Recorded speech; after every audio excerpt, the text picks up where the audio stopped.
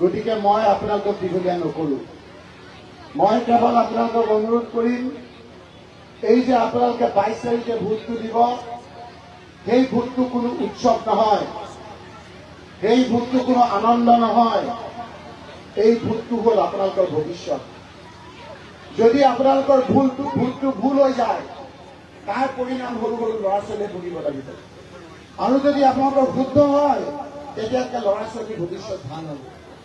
সেইকাৰণে আপোনালোকক অনুৰোধ কৰিছো যে কাৰো কথা আপোনালোকে নুশুনিব, অন্তৰ আত্মা খোলক যে আপোনালোকে আপোনালোকৰ ভোটটো কাক দিলে আপোনালোকে শান্তিৰে থাকিব পাৰিব। কাক দিলে আগন্তুক 7 মাহৰ পিছত যি নিৰ্বাচন হ'ব, সেই নিৰ্বাচনত কংগ্ৰেছৰ নেতৃত্বত যেতিয়া চৰকাৰ হ'ব, সেই চৰকাৰ কংগ্ৰেছৰ নেতৃত্বত হ'ব। গৌৰৱ গগৈ ডাঙৰীয়াৰ দায়িত্ব লোৱাৰ পাছত গোটেই অসমক যি ধৰণেৰে এতিয়া কংগ্ৰেছৰ পক্ষে কথা বলিছে, সেই সময়ত যাতে আপোনালোকক সহায় কৰিব পৰা যায়, সেইকাৰণে এই মহিলাগৰাকীক ভোট দি হাতৰ চিনত জিকাবৰ কাৰণে আমি আপোনালোকক অনুৰোধ কৰিছো। ৰাইজ, এই ভোটটোৰ যোগেদি আপোনালোকে এটা মেছেজ দিব লাগে যে বৰ্তমান যিজন মুখ্যমন্ত্ৰী আছে হিমন্ত বিশ্ব শৰ্মা ডাঙৰীয়া, সেই হিমন্ত বিশ্ব শৰ্মাৰ পক্ষত আপোনালোকে থাকিব নে তেওঁৰ বিপক্ষে থাকিব। হিমন্ত বিশ্ব শৰ্মাই জানে যে তেখেতৰ পক্ষত আপোনালোকে নাই, সেইকাৰণে তেওঁ ছদ্মবেশত কিছুমান মানুহক ইয়ালৈ পঠিয়াই দিছে। আজি হাগ্ৰামা মহিলাই ডাঙৰীয়া ইয়াত আহি আপোনালোকৰ ইয়াত প্ৰাৰ্থী দিছে। হাগ্ৰামা মহিলাই ডাঙৰীয়াক মই সহকাৰে কৈছো, তেওঁক আপোনালোকে এটা ভোট দিয়া মানে হিমন্ত বিশ্ব শৰ্মাৰ দুটা ভোট আপোনালোকৰ লাভ হোৱা নাই। নিজৰ হাতেৰে আপোনালোকে নিজৰ হাতত থকা আপোনালোকে আপোনাৰ কোঠাৰখন ভৰিত নামাৰিব ৰাইজ। হাগ্ৰামা মহিলাৰী হিমন্ত বিশ্ব শৰ্মাৰ মানুহ, কেনেকৈ মানুহ কি কথা মই প্ৰক্ৰিয়াত তাৰমানে আকৌ আহিম আপোনালোকৰ ওচৰত। কোনদিনা কোন ক্ষেত্ৰত কেনেকে গৈ হিমন্ত বিশ্ব শৰ্মাৰ অফিচত কাৰ্যালয়ত কথা পাতিছে, সেই কথাখিনি মই আপোনালোকৰ ওচৰত কম। গতিকে আপোনালোকে হিমন্ত বিশ্ব শৰ্মাই চিধা চিধি আহি পেলাই আমাক মাৰে, হাগ্ৰামা মহিলাৰীয়ে পিছফালৰ পৰা আহি পেলাই আমাক মাৰে, আমি দেখা নাপাম ৰাইজ।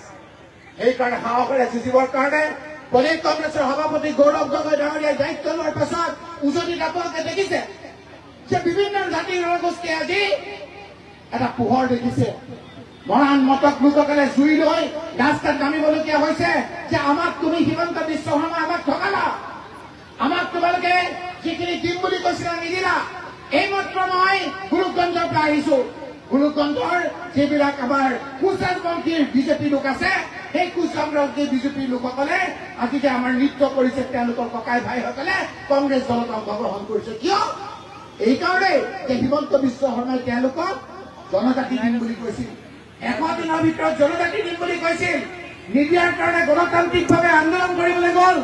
আন্দোলন কৰা সেই কুচৰাজবংশী লোকসকলক গুৰুলা গুগুল কৰি হিমন্ত বিশ্ব শৰ্মাৰ নেতৃত্বত পুলিচে মাৰিলে ৰাইজ। সেই কুচৰাজবংশী লোকসকলে আজি আমাৰ চিকিৎসা মহাবিদ্যালয় ধুবুৰীত আজি শুশ্ৰূষা নাপাই তেওঁ গুৱাহাটী যাবলগীয়া হৈছে। তাৰ কামতে আজি হাজাৰ হাজাৰ লোক আজি কংগ্ৰেছ দলত অংশগ্ৰহণ কৰিছে। কোনখিনি মানুহ আজি তেওঁলোকৰ লগত আছে? কুচৰাজবংশীসকলৰ লগত নাই। বঙালী সম্প্ৰদায়ৰ হিন্দু বঙালী লোকসকলে কিমান ভোট দিলে বিজেপিক, কিমান ভোট দিলে? আজি বিজেপিৰ মন্ত্ৰীসভাত, হিমন্ত বিশ্ব শৰ্মাৰ মন্ত্ৰীসভাত এজন বঙালী ব্ৰহ্মপুত্ৰ বুলি মন্ত্ৰী নাই যে তাত গৈ পেলাই কথাবিলাক কব।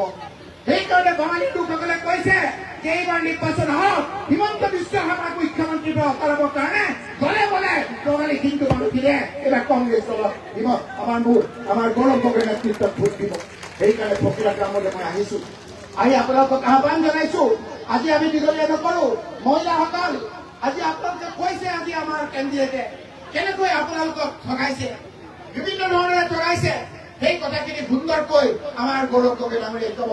কেৱল মই আপোনালোকক অনুৰোধ কৰিবলৈ আহিছো যে আপোনালোকে হাগ্ৰামা মহিলাৰী আৰু আমাৰ প্ৰমোদ বড়ো ডাঙৰীয়া আমাৰ লগত দ্বিতীয় আদৰ্শৰ মিল নাই, তেখেতৰ লগত আমাৰ কোনো ধৰণৰ সম্বন্ধ নাই।